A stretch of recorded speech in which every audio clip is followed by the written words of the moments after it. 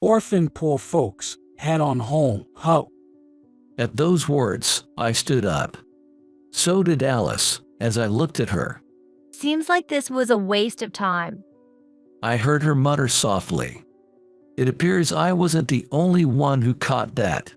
I saw Kevin slightly shrug his shoulders. While internally smirking, I was about to leave, but then I stopped and turned back. I'm closing my account, you know. At that, George looked baffled, going huh. Without responding to him, I decided to leave with Alice. Once outside, I immediately called my secretary. Have you got the time now? Actually, I want to close my current bank account and switch to a different bank. I started the process of account closure right away. Wait a minute. Just as I was about to get in the car, thinking all was done, George came running over in a panic. I stopped and turned around. What on earth did you do? Before me, Alice spoke up. I'm Mike, 41 years old bachelor running a few restaurants. I've always disliked lounging in the executive office, preferring to stand in the shop between work. It all started with the cafe my parents left me. Small as it was a cafe beloved by many regulars. How can I make coffee like you used to, Dad? Well, you've got the basics down. Now you just need that practice makes perfect. I loved the coffee my dad made, always heading straight to the cafe after school.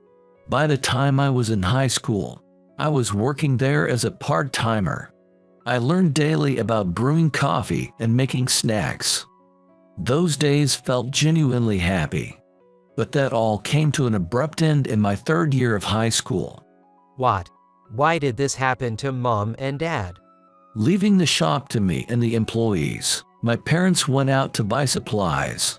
They had just informed me they managed to buy the coffee beans they wanted. Their car was hit by a drunk driver, losing control and crashing. Trapped between a utility pole and the colliding vehicle, my parents were gone. Mike, where are Mom and Dad? They've gone to a faraway place. Alice, only 5 at the time, couldn't grasp what happened to our parents. At a loss for words, all I could do was hold her. From there, my life took a drastic turn. Our parents were only children themselves, with no other relatives to turn to, and the grandparents who took us in were already up in years. Alice, I'll protect you. Therefore, I gave up going to college to raise Alice. Fortunately, people around me sympathized and helped me out. My grandfather took over the cafe management until I became an adult, keeping the shop for us. The regulars who taught me how to manage it. The college students who tutored me between shifts at the cafe. And the ladies who looked after Alice. With their help, I managed to keep both the precious shop and Alice. Mike, you've got talent, so give it a try. Then I got to manage the stores of those men who were regulars of my shop, and before I knew it, I had become the owner of several eateries. Thanks to this, I could afford to send Alice to college, which I'm truly grateful for. And remembering that gratitude, I worked hard every day. Oh, Mike's at the shop today? Yes, so I'll brew you an exceptional cup of coffee. One day, I responded with a smile to a regular who noticed and spoke to me while I prepared coffee. By the way, how's your sister doing? Currently, I've entrusted one of the shops to Alice. She's well acquainted with it from hanging around there since she was young and has smoothly managed it after studying business in college. When I shared this, he asked, "Does she have someone special?" Indeed, Alice has no boyfriend, let alone any male company. She's kind and beautiful like our mother, and while she's not without admirers, she once said she was too happy with her work to care.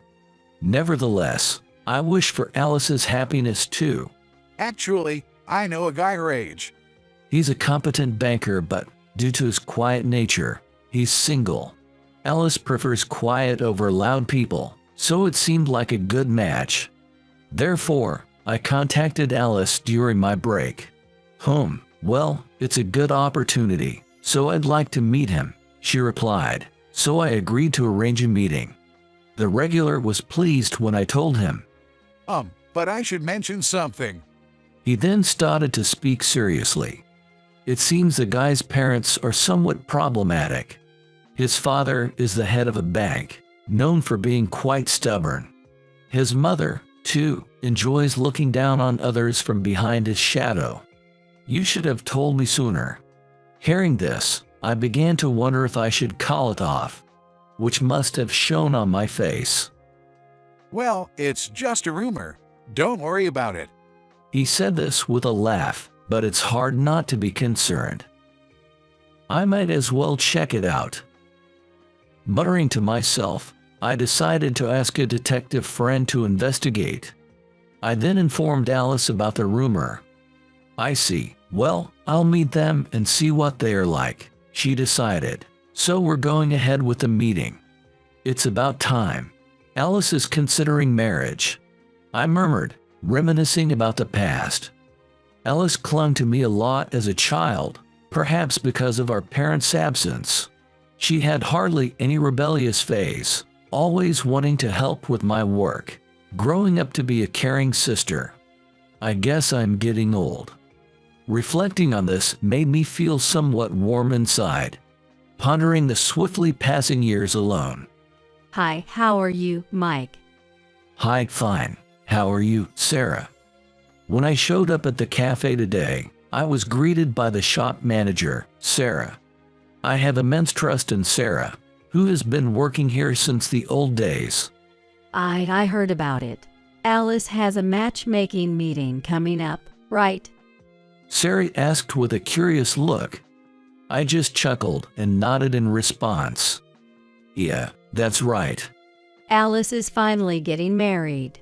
I guess I'm getting old too. She mused, to which I replied, she's not married yet, and shared that I had been thinking the same thing yesterday. That made her giggle. We really are alike, aren't we? Speaking of which, do you have someone special, Sarah? Not at all. My love is this cafe.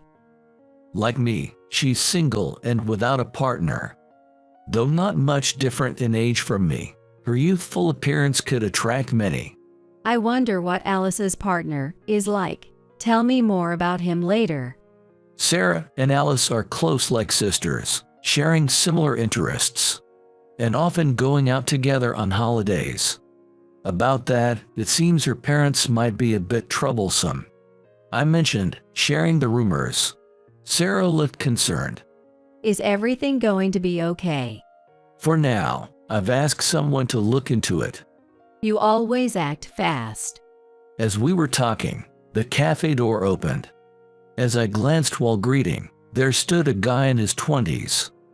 I thought he was a new customer, but something about him was familiar, so I observed him discreetly. Excuse me for interrupting.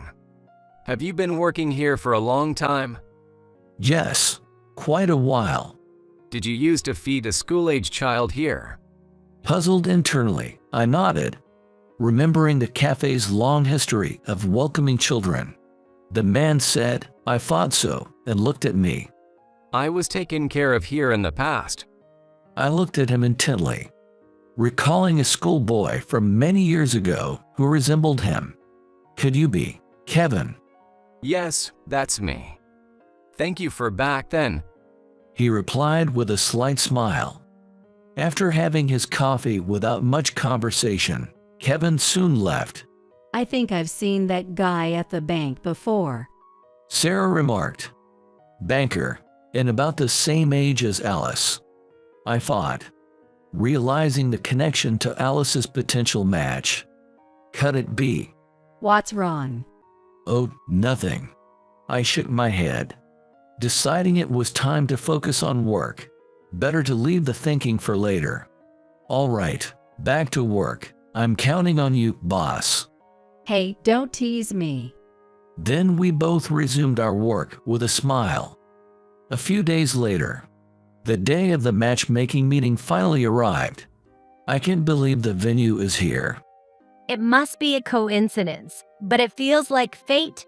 The venue was a well-known restaurant I frequented. Next to me, Alice was sporting a similar expression. We were shown into the room, and after a while, the other party came over saying, "Sorry for the wait." The first to enter was Kevin. Seeing him, I thought, so it was him. He greeted us with a nod.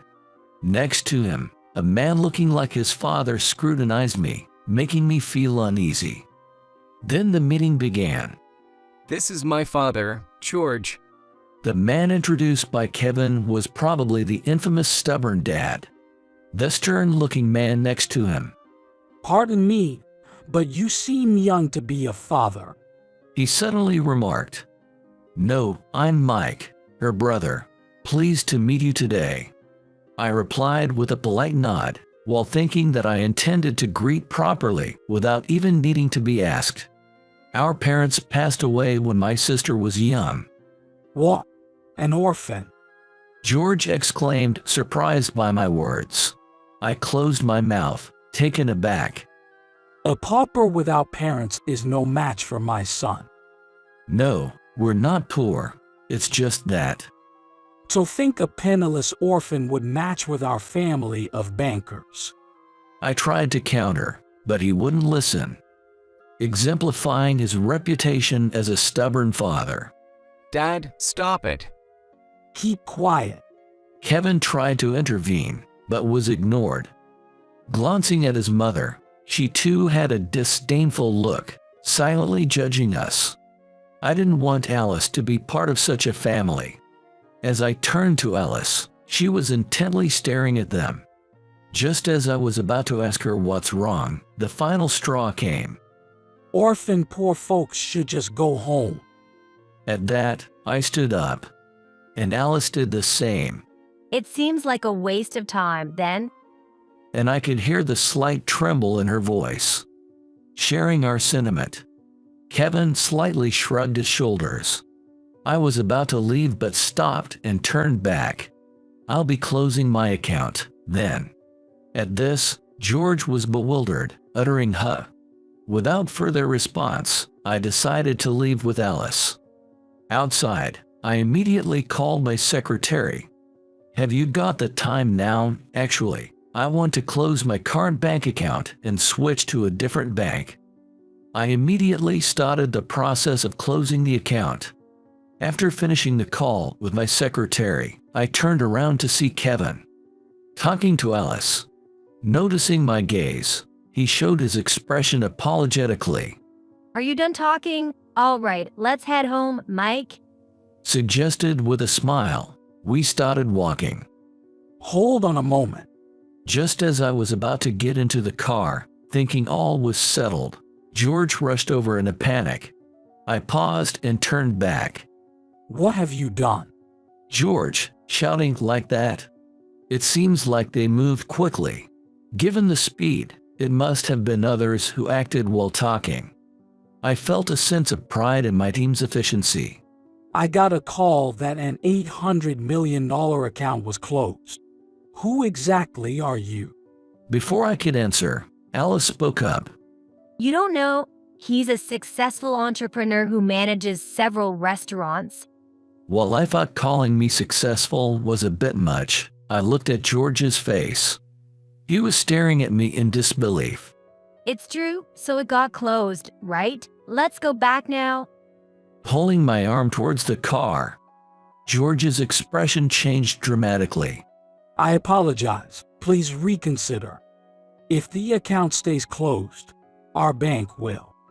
Ignoring his plea, we quickly got into the car and left.